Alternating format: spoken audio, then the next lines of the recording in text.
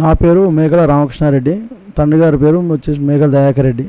మా గ్రామ పంచాయతీ శివారెడ్డిగూడెం, భువనగిరి కాన్స్టిట్యున్సీ మాది. ఇప్పుడు ప్రజెంట్ ఎమ్మెల్యే మాకు కుంభం అనిల్ కుమార్ రెడ్డి గారు, ఎంపీ చామల కిరణ్ కుమార్ రెడ్డి గారు. మండలం పోచంపల్లి, యాదాద్రి భువనగిరి జిల్లా.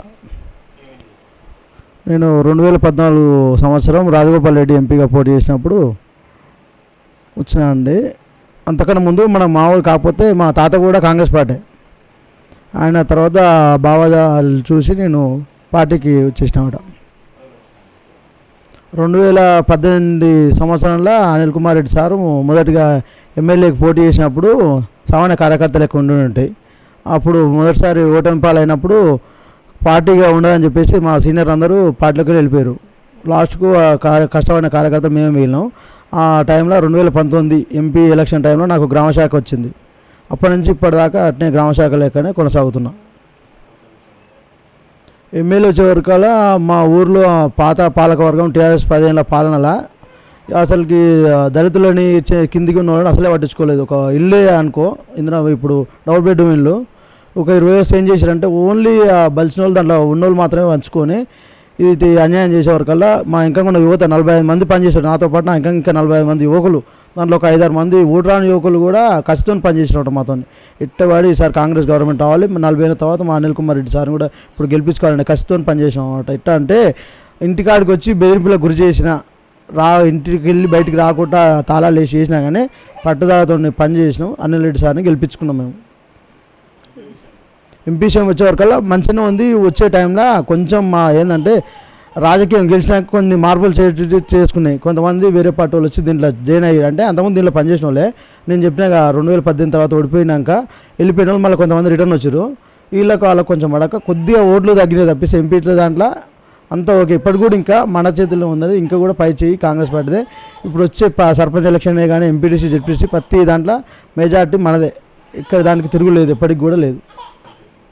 రుణమాఫీ కొంతమందికి 2 లక్షల దగ్గర ఉన్న వాళ్ళకి కొంతమంది కాలేదు. కాకపోతే కంపల్సరీ ఖచ్చితంగా అవుతుందని చెప్పేసి వెరిఫికేషన్ కూడా అయింది. కంపల్సరీ ఖచ్చితంగా అవుతుందనే నమ్మకంతో రైతులు ధీమాతో ఉన్నారు. ఒక రైతు భరోసా అంటున్నావు కదా, కొంతమంది కౌలు రైతులు ఏమంటారు అంటే మాకు కూడా న్యాయం చేస్తున్నది కదా, మాకు కూడా 13 ఏళ్ళు వేసండి కొంతమంది రైతులు అడుగుతారు. దానికి రేవంత్ రెడ్డి గారు మొన్న ప్రెస్ మీట్లో చెప్పిండు దసరా వరకల్లా రైతు భరోసా కూడా ఇచ్చినా అని చెప్పగానే దాన్ని కూడా మనకు ఇంకా ఉన్నారు. ఇందిరా మిల్లు వచ్చేసి అంతకుముందుకు ఇప్పుడు ఇంచుమించు 9 ఏళ్ళ సంది రేషన్ కార్డులు లేవు, ఇందిరా మిల్లు అనేది ఇప్పుడు లేవు. కాబట్టి దానికోసం ఎదురు చూస్తారు. ఏంటంటే ఇంకా కూడా వస్తాయి, ఇంకెప్పుడు వస్తాయని మాత్రం అడుగుతున్నారు. కాకపోతే ఏంటంటే మనకు ఇంకా సానుకూలంగా కాంగ్రెస్ గవర్నమెంట్ అనేది మాకు న్యాయం చేస్తుంది. కంపల్సరీ పార్టీ కాంగ్రెస్ మాత్రమే మాకు న్యాయం చేస్తారని మాకు మీద ఫుల్ నమ్మకంతో ఉంది, గవర్నమెంట్ మీద, మా లోకల్ నాయకత్వం మీద కూడా.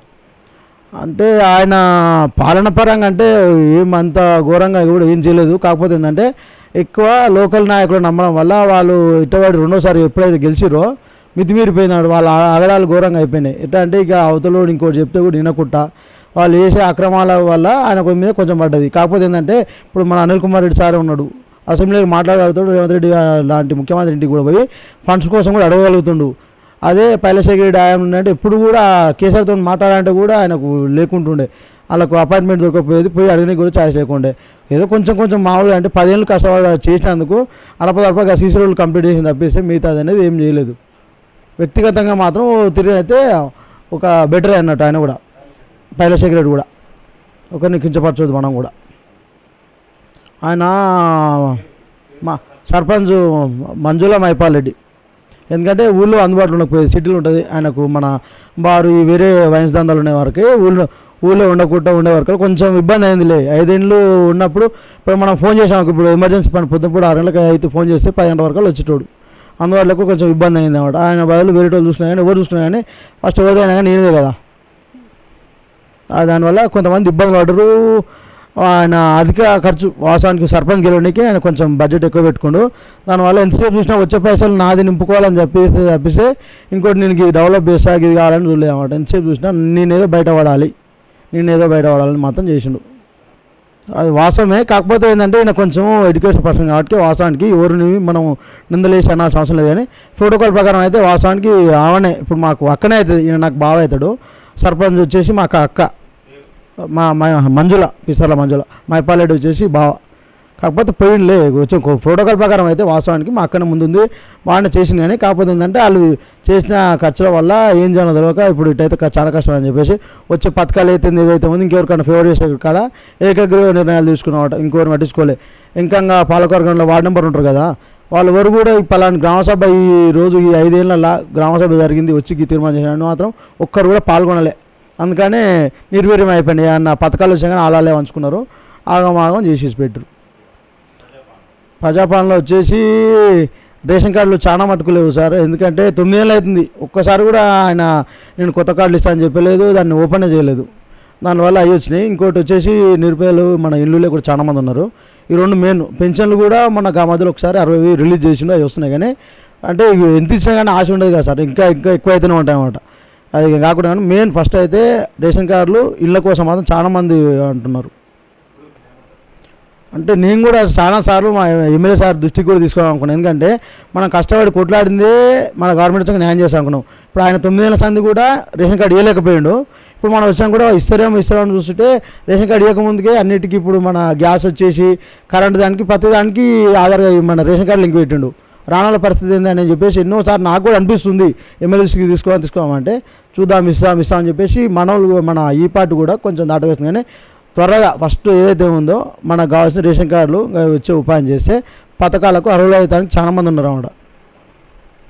ఖచ్చితంగా వాళ్ళ దేవుని ఉంటే నేను ముందుకు రావడానికి సిద్ధంగా ఉన్నా. నా వంతు మా ప్రణాళిక కూడా మాకున్నాయి. మా యువకులు కూడా ఉన్నారు, 40 మందితోనే మంచిగా చేద్దామని ముందరికి వస్తున్నాం. కాకపోతే ఏంటంటే కొంచెం వాళ్ళ తరపు నుంచి మొన్న రీసెంట్గా కొత్తగా పార్టీలోకి వచ్చిన వాళ్ళు ఉన్నారు అన్నమాట. అంటే లాస్ట్ చివరాంక స్టేజ్కి వచ్చింది వాళ్ళ రాజకీయం. ఏంటంటే ఇక వాళ్ళకి కూడా కొంచెం స్వార్థ రాజకీయం ఉంటుంది కదా అండి. దానివల్ల ఏంటంటే ఒకసారి నువ్వు యువకునివే కదా, కొంచెం మా కోసం తగ్గు, నేను కొంచెం ఎక్కువ ఇన్వెస్ట్మెంట్ చేస్తాం కొద్దిగా దాగని చెప్పేసి ఆపుతూరు తప్పిస్తే మనకి దానికాడ ఏం లేదు. ప్రజలు కోరుకుంటే ముందు నడిచి ఆ అభివృద్ధి పదాలు నడపడానికి సిద్ధంగా ఉన్నాం మేము. అది వాస్తవమే. అంటే మొన్నడా వేస్తుంది, కానీ కాకపోతే ఈ మధ్యలో వచ్చే వరకు లోకల్ బాడీ వస్తుంది, మీరు అందరూ సర్దుకొని పోవాలి, మనం కొట్లాడితే ఏంటంటే ఇంకొక ఛాయిస్ వస్తుంది కదా. అంతకుముందు కూడా పోయినసారి గెలిచిన మంజుల మైపాలరెడ్డి కూడా మన కాంగ్రెస్ పార్టీ మేము గెలిపించిన నాయకుడే. కాకపోతే ఏంటంటే అప్పుడు ఉన్న పరిస్థితుల దృష్ట్యా గవర్నమెంట్ ఏదైతే ఫామ్ చేస్తుందో దాంట్లో పోతే అభివృద్ధి పనులు అయితే ఇవన్నీ చెప్పేసి వెళ్ళిపోయాడు. ఇప్పుడు మనం ఆల్రెడీ ఇప్పుడు అధికారంలోకి వచ్చినాం. ఎందుకంటే మనం కొట్లాడుకుంటే ఇంకొని కూడా సంతోషం అని చెప్పేసి కొంచెం కాబట్టి మేము కూడా తగ్గినాము. కాకపోతే అంటే ఊరి డెవలప్మెంట్ కోసం భవిష్యత్తు దృష్ట్యా నాకు ఏంటంటే నేను కొంచెం యువకుడినే ఇంకా కూడా ఉన్నది. కాకపోతే ఏంటంటే పెద్దలు వచ్చి మీరు కాదు బాబు గిట్ట అని చెప్తే వాళ్ళ కోసం కూడా నేను కొంచెం దగ్గరికి కూడా ఉన్నాను అనమాట ముందుకు. ఇప్పుడు మనకు వచ్చేసి మాకు ఒడ్లు ఎక్కువ పండుతాయన్న. ఒడ్లు మేము ఎక్కువ పండిస్తాము, ఇంచుమించు 1,20,000 బ్యాగులు పండిస్తాము. ట్రాన్స్పోర్ట్ కానీ ఇవన్నీ గిసోంటివి ఆడు పోతుంటే మాకు మిల్లు కాడ ఇబ్బంది అవుతుంది. అవి కొట్లాడి శాంక్షన్ చేయించుకుంటానికి మన గోదాములు మాకు ల్యాండ్ కూడా ఉంది కొంచెం ఊరు శివారెడ్డి కూడా సూర్యపల్లి ఇప్పుడు శాంక్షన్ చేయించుకున్నాం బ్రిడ్జ్ కూడా. దాని పక్కన కొంచెం ల్యాండ్ ఉంది మాకు, దాంట్లో గోదాముల కోసమే. కానీ యువకులు ఉన్నారు ఇప్పుడు వాస్తవానికి మెయిన్ మా ఊళ్ళే 6 షాపులు ఉన్నాయి సార్, కిరాణా షాపులు. 5 ఇట్లా బెల్ట్ షాపులు అని చేస్తారు. మేము దానికోసం మన కొట్లాడి ఫైట్ చేసినాం. తీర్మానం కోసం పోతే స్పెషల్ ఆఫీసర్ పాలన నడుస్తుంది, మీ వల్ల చెప్తే దానికోసం మేము కూడా ఏంటంటే మద్యపాన నిషేధం కావాలి సార్. మేము ఏంటంటే యువకులు పొద్దున్న లేవగానే తాగుతున్నారు, తాగి మన డబ్బులు లేకుండా కానీ ఉద్ధరిస్తున్నారు, 1,000-2,000 తర్వాత వేసుకుంటున్నారు. కానీ చాలా ఇబ్బంది అవుతుంది. అంటే పొద్దున్న లేవగానే 8 గంటలకు కూడా షాపులల్లో మందు దొరుకుతుంది కిరాణా షాపులల్లో. ఇప్పుడు దాని గురించి అయితే స్పెషల్ ఆఫీసర్ పాలన నడుస్తుంది. ఇప్పుడు మీతోని కాదు, మీకన్నా చేసిన వాళ్ళే వాళ్ళతోనే కాలేదు. కొద్దిగా ఓపిక పట్టండి, సర్పంచ్ ఎలక్షన్ అయిపోయినాక మీ చేతులకు పవర్ వస్తుంది, అప్పుడు మీరు ఎట్టంటే నడుస్తుంది, అప్పుడు తీసేయచ్చు. అంతవరకు మాత్రం కొద్దిగా ఓపిక పట్టండి అని చెప్పేసి మమ్మల్ని కూడా ఆపారు. ఇది మా దాని మీద చర్య కోసం మేము సెక్రటరీ మేడం కలిసినాం, మీ దాకా పోయినాం. కాకపోతే కొద్దిగా ఓపిక పట్టండి, ఎందుకంటే అందరు నువ్వు ఆలోచించినట్టు ఇంకోళ్ళు 10 మంది ఆలోచించాలి కదా. మీరు 40 మంది ఓకే అంటారు, కానీ అవతల వాళ్ళు 10 మంది అట్టేటు ఉంటుంది వద్దని చెప్పేసి కొంచెం ఆగని చెప్పే వరకు మేము ఆగాల్సి వస్తుంది. సమస్యలు అంటే ఇప్పుడు మా చెప్తున్నా కన్నా మాది 90% క్రాప్తోనే నడుస్తుంది మా విలేజ్. మిల్లు లేవు మాకు దగ్గర, దూరం ఎన్నో రాస్తారు. ఈ పొచ్చపల్లి మళ్ళీ ఒకప్పుడు ఉమ్మడి నల్గొండ జిల్లాలోనే ఫస్ట్ ఉండే మాది శివరెడ్డిగూడెము. ఇప్పటికి కూడా ఆ ర్యాంక్ ఏం పోలేదు. కాకపోతే ఏంటంటే మాకు అది ఇబ్బంది అవుతుంది. మాకు ఆడ గోదాం కావాలన్నమాట. మిల్లు అంటే కొంచెం ఇబ్బందులతో అవుతాయి, కానీ గోదాం కోసం మన స్థలం కూడా ఉన్నది. అటువంటి కొన్ని సమస్యల కోసం ఊరికి మంచినీళ్ళు వాస్తవానికి మాకు ఇప్పుడు పైలశేఖర్ జిట్టబాక్ష రెడ్డి ఫస్ట్ ఫిల్టర్ ఇచ్చిండు, ఆయన దిగిపోయి సుమారులో పైలశేఖర్ రెడ్డి ఇప్పించిండు. ఇవన్నీ కంప్లీట్ అయిపోయినాయి, కానీ ఈ ఖరాబ్ అయిపోయినాయి, ఎవరు చేయించలేడు. ఆ వచ్చే ఉప్పు నీళ్ళనే మళ్ళీ రిపీట్ చేసి మాకు పంపిస్తారు. మా అన్న ఇప్పుడు మొన్న గెలిచిండు అనిల్ కుమార్ రెడ్డి అన్న గిట్ట ఒక ఫిల్టర్ కావాలని చెప్పి కానీ మొన్న ఇప్పించేసిండు, తీసుకొచ్చి అడబెట్టిండు. మా అభిప్రాయం ఏంటంటే ఫ్యూచర్ మేమే ముందుకు వచ్చి పాలకవర్గం మాది ఏర్పడ్డదనుకో ఊరు మొత్తానికి మంచినీళ్ళు పోసి ముసవాళ్ళు పొద్దున్న కాడ 5 కిలో లీటర్ క్యాన్సుకొని వచ్చి ఆడ కూర్చుంటారు గ్రామ పంచాయతీ కాడ. ఆయన ఎప్పుడో వచ్చి పోసి వెళ్ళిపోతుండు, చాలా ఇబ్బందులు పడుతురు. ఇంకా అటువంటి కొన్ని కార్యక్రమాలు చేయనిస్తాం. ఫ్రీ వాటర్ ఏంది, మన బెల్ షాప్ మొత్తం రద్దు చేసింది, మా ఒడ్ల కాడ ఇబ్బంది అవుతుందని చెప్పేసి ఒక గోదాము ముందట విడిపించామంట. ఎందుకంటే దళారులు ఎక్కువైపోయారు దాంట్లో చేసే మెడలు కూడా. ఇవన్నీ దానికోసం పోరాడడానికి ఇంకేమన్నా సమస్య ఉంటే ఇప్పుడు ఇల్లు అంటున్నావు కదా, నిరుపేదలకు ఇల్లు ఇప్పించుకోవాలి. నా ఇంకా పనిచేసిన మాతో టీం సార్ కోసం పనిచేసిన మా టీం కూడా న్యాయం జరగాలి. కొట్లాడేది దానికోసం మాకు న్యాయం జరగాలనుకుంటున్నాం. మాకు న్యాయం చేశారు కంపల్సరీ మా అనిల్ సార్, దానికి సిద్ధంగా ఉన్నాడు. మేము దాన్ని కూడా కోరుకుంటున్నాము. ఉద్యమ నాయకుడు ఎంతో కష్టపడ్డాడు. కాకపోతే ఏంటంటే ఆయన పార్టీలు మారడం వల్ల ఇట్లాంటి అట్ట కూడా మొన్నదాకా కూడా మేము కష్టపడి పనిచేసినాము. లాస్ట్ మినిట్ మొన్న కాంగ్రెస్కి వచ్చాక కూడా మళ్ళీసారి కూడా మా అన్న వచ్చిండు, ఈసారి గెలిపించుకుంటాం మేము అనుకున్న సమయంలో మళ్ళీ కొంచెం రిటర్న్ వెళ్ళిపోయాడు. కాకపోతే నెక్స్ట్ టైం చూద్దాంలే అలా అనుకున్నాం. కానీ అన్నకు అక్కడ కలిసి రాలేదు, అది వచ్చేసి వ్యాధి వచ్చేసి అయిపోయినందుకు చాలా చింతిస్తున్నాము. దీనికోసం మనం ఊళ్ళో ఆయన అన్న దానికోసం విగ్రహం పెట్టించుదాం అనుకుంటున్నాం. ఒక కమిటీ ఏర్పడ్డాం, త్వరలో అది కూడా కంప్లీట్ చేసుకుంటాం. విగ్రహం పెట్టించుకుంటున్నాం చౌరస్తల జుట్టభాషణారెడ్డి గారి విగ్రహం. సొంతంగా కానీ పార్టీ మారడం వల్ల ప్రెజర్ పెరిగింది. ఎవరైనా కానీ ప్రతిసారన్నా ఎవరైనా రాజకీయాల్లోకి వస్తాడు, ఎదుగునికి వచ్చిన కొద్దీ సొంత ఆశలు కష్టపెట్టి అంటే కూడా ఒక పదవి రాకపోయి ఏం రాకపోయి గసవంటి ఇబ్బంది వల్ల ఆర్థిక ఇబ్బంది అవుతుంది కూడా కొంచెం వెనుకకు పోయి అన్న ఆర్థికంగా కూడా చితికిపోయిండు. పార్టీలు మారినా కానీ కలిసి రాలి, ఎక్కువ అదృష్టం అనేది కలిసి రాలే. ఇంకా వస్తాడేమో ఫ్యూచర్లో కూడా వస్తాను అనుకున్నాం, కానీ ఇలాంటిది వస్తానని అయితే మేము అనుకోలేదు. ఒక మంచి వ్యక్తి రాజకీయాల్లోకి వెళ్ళి ఇటువంటి వ్యక్తి పోవడం చాలా బాధాకరం. విద్య వచ్చేసి ఇప్పుడు రేవంత్ రెడ్డి సార్ చెప్పిండు, మారుమూల గ్రామాలలో కొంతమంది స్ట్రెంత్ తక్కువ ఉన్నా కానీ ఒక్కొక్క స్కూల్కు ఇద్దరు టీచర్ ఇచ్చాడు. వాస్తవానికి మా ఊరు స్కూల్ ఉన్నది, నేను చదువుకునేటప్పుడు పక్కపొంటి 2-3 ఊర్లు కూడా వచ్చి మా ఊళ్ళో చదువుకునేటోళ్ళు. అటువంటిది మా ఊళ్ళోనే ఇప్పుడు ఒక 5th వరకు రన్ చేయగలుగుతున్నాము. కాకపోతే టీచర్లు 2 ఉన్నారు, స్ట్రెంత్ వచ్చేసి 7 మంది ఉన్నారు. బాగా అనిపిస్తుంది. ఫస్ట్ స్టార్టింగ్లో ఈ అకాడమీ స్టార్టింగ్లోనే ఊరు మొత్తం తిరిగినాము, కష్టపడంగా 40 మంది జామ అయ్యారు పిల్లలు. కాకపోతే 3 రోజులు మా కరెక్ట్ టైంలో మేడం రాకపోవడం వల్ల వచ్చిన 30 మంది కూడా వెళ్ళిపోయినారు, ఒక 7 మంది మిగిలినారు.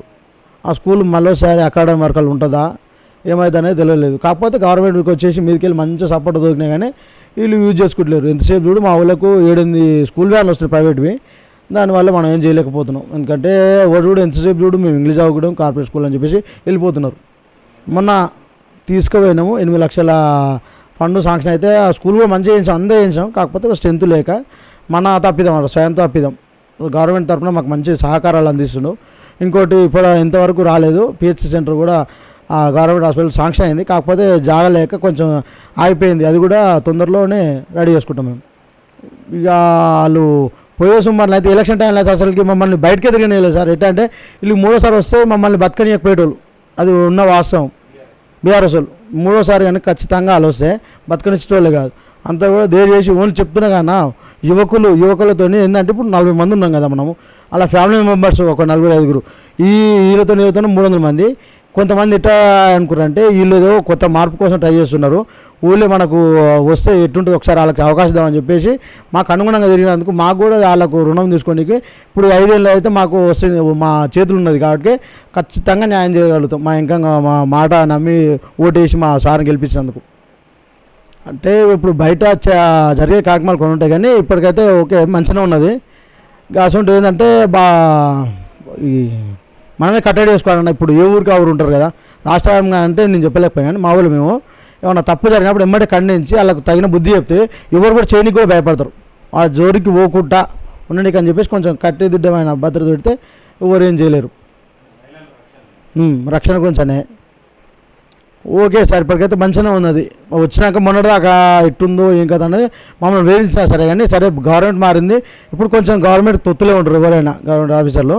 ఇప్పటికైతే అందరికీ అయితే న్యాయం చేస్తున్నారు. ఇప్పుడు మాకు పోచంపల్లికి వచ్చిన ఎస్ఐ సార్ అయితే నీవు ఈ పార్టీలతో సంబంధం లేకుండా న్యాయం నా తన దగ్గరికి వచ్చిందని చెప్తే చూసేస్తుంది తప్పిస్తే నీది రికమెండేషన్ లేదు, ఆయన రికమెండేషన్ లేదు, నేను తానే న్యాయం అంటే ఎవరితోనైనా మాట్లాడగలుగుతున్నాడు. అటువంటి వాళ్ళు ఇక్కడ ఉంటే అక్కడ మంచిగా మాత్రం న్యాయం జరుగుతుంది పేదలకు. ఎట్టయినా బీఆర్ఎస్ అంటే ఇప్పుడు మేము కూడా పోయినాం కదా, వాళ్ళ గవర్నమెంట్ అంటే పోయినా ఇప్పుడు వచ్చే ప్రజెంట్ ఎస్ఐ మాత్రం చాలా మంచి వ్యక్తి. వీళ్ళకు వాళ్ళకు లుగ్గాని లేదు, నువ్వు పేదాని లేదు ధనికాని లేదు, సమన్యాయం చేసుకుని మాత్రం చాలా మంచిగా ఉన్నది సార్. పర్లేదు అంతకుముందుకు చేసిన నాయకులు నువ్వు అన్నట్టు సరే ఇప్పటిదాకా చేసిన వాళ్ళు కూడా మొన్న వచ్చిన ఆయన కూడా యువకుడే, కాకపోతే అందుబాటులో లేక ఉండిపోయాడు. చదువుకున్న వాళ్ళు బయటకు వెళ్ళిపోతున్నారు. చాలా మంది మన వాళ్ళు కూడా బయటకు పోయిన వాళ్ళు ఉన్నారు. ఉన్నోళ్ళు మటుకు ఈ మద్యానికి బానిసలయ్యి కాకుండా ఉండడానికి వాళ్ళ మంచి కోసమే ముందుకు వస్తున్నాం. మద్యపాన నిషేధం చేద్దాం, ఊళ్ళే వద్దు మనకు అసలు వద్దు అని చెప్పేసి పేదకు పెట్టడంగా ముసలిళ్ళకు కూడా న్యాయం చేయడానికి సేవ చేయడానికి వాళ్ళకు ఫ్రీ వాటర్ పోదాం. మనకు ఇది వచ్చేసి మార్కెట్ల పరంగా కూడా అది చేసుకుంటా మార్కెట్ మీద కూడా ఇప్పుడు 15 మందికి మనం ఉండగలుగుతాం. మనం డిగ్రీ ఒకటి ఇంటర్వ్యూ చేసి పక్క జరిగి వెళ్ళిపోతే మనకే వస్తాయన్నమాట. అది చేసుకొని ఉండవచ్చు. యువకులు కూడా ఆలోచించి మనకు కొంచెం ముందుగా జరిపి ఇంకేమైనా కార్యక్రమాలు మంచి చేద్దామంటే కూడా వాళ్ళకి ముందర నుండి నడిపిస్తాం అన్నట్టు. ముందరికి ఉన్నా కాకపోతే ఏంటంటే నేను ముందరుకున్నా కాకపోతే ఏంటంటే నాకు తెలిసిన సమాచారం ప్రకారం కొంతమందికి అటు అయిపోయినమాట. ఏంటంటే ఇప్పుడు నేను లాస్ట్కి వచ్చిన ఒక్క ఛాన్స్ లాస్ట్కి వచ్చిన నీకు ఇంకా భవిష్యత్తు ఉన్నది, ఒక్క ఛాన్స్ లాస్ట్ ఒక్కసారి చూడు. మేము ఊరికి ఇన్వెస్ట్మెంట్ చేస్తాం, డెవలప్మెంట్ చేస్తాం, దాంతోపాటు నిన్ను కూడా దాంట్లో భాగస్వామ్యం చేస్తాం అంటుంటే మాత్రమే కొద్దిగా ఆలోచిస్తుంది తప్పేసి ఊరికి వాళ్ళు లేదు కాదు కంపల్సరీ నువ్వే ఉండాలి వాళ్ళు కూడా చేయరని చెప్పేసి కంపల్సరీ నేను ముందరుంటా సిద్ధంగా ఉన్నా. ప్రజల మాట ప్రజలను కూడా ఒప్పించుకుంటావు. ఏంటంటే సరే నువ్వు అన్నట్టు కూడా మాకు అర్థమైందన్న. ఎట్లా అంటే అవతలోడు కూడా సరే ఇప్పుడు ₹1,00,00,000 ఇన్వెస్ట్మెంట్ చేయడానికి వస్తుండు ఒక ఆయన, కాకపోతే ఆయన కూడా మంచోడా వచ్చి మంచోడు అని చెప్పేసి వాళ్ళు కూడా నమ్మాలి, వీళ్ళు నమ్మాలి, ఏం కాదు 5 ఏళ్ళు వీళ్ళు నమ్మొచ్చు, వీళ్ళు మాకు న్యాయం చేస్తారని వాళ్ళు కూడా చెప్పాలి కదా.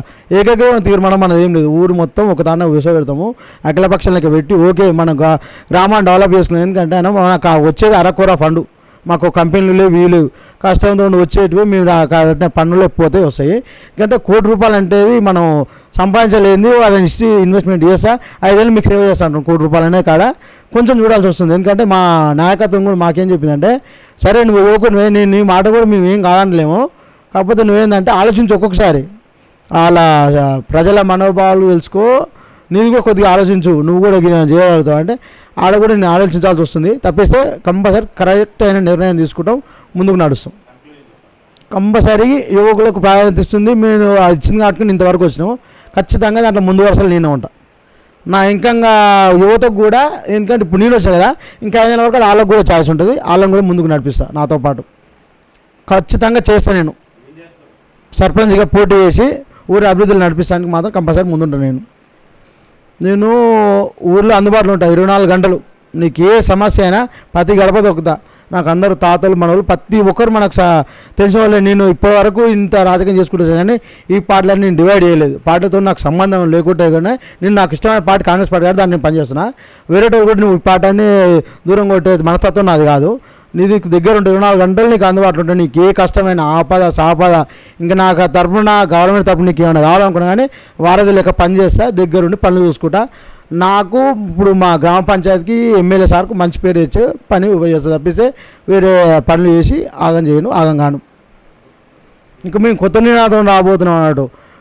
డబ్బులు అనేది తీసుకోకుండా స్వచ్ఛందంగా మా కోసం పనిచేయరు, నేను నీ కోసం పనిచేస్తా అని చెప్పేసి కొత్త నినాదం తీసుకుందాం అనుకుంటున్నాను. ఎందుకంటే 30 లక్షలు 40 లక్షలు ఖర్చు పెడితే సరే పోనీ ఆ డబ్బులు అయినా కూడా గెలిచినాక మళ్ళీ చేయడానికి కూడా మళ్ళీ ఆశలు అమ్ముకోవాల్సిన పరిస్థితి వచ్చింది. ఎందుకంటే అంతకుముందు చేసే సర్పంచే 1 ఎకరం భూమి అమ్ముకున్నాడు, ఓటుకు నోటు 2,000 3,000 వర్కుతున్నాడు ఒక్క ఓటు వచ్చేసి. ఇంకా తర్వాత ఏంటంటే మమ్మల్ని ఒకసారి నమ్మి ఈసారి చూడండి అంటే మనం ఎంతో కొంత చూస్తూనే ఉంటాం, వాళ్ళ తగ్గట్టు కొంచెం యాక్టివిటీస్ వేస్తూ కానీ ఓటుకు నోటు తీసుకొని మీరు వేస్తే తర్వాత అడగడానికి కూడా వాళ్ళకు కూడా ఇబ్బంది అవుతుంది అనమాట. నేనే ఎన్నోసార్లు వద్దని చెప్పినా కానీ వేరే వాళ్ళు అడగడానికి కూడా చాలా ఇబ్బంది పడ్డారు సర్పంచ్ని. అయినాక ఏంటంటే ఖర్చుతో కూడుకునే పని 30 లక్షలు, పోయినసారి 30 లక్షలు వచ్చింది, అంతకుముందు సార్ 15, ఈసారి 50 అంటున్నారు. ముందే ఫిక్స్ చేస్తున్నారు రేటు.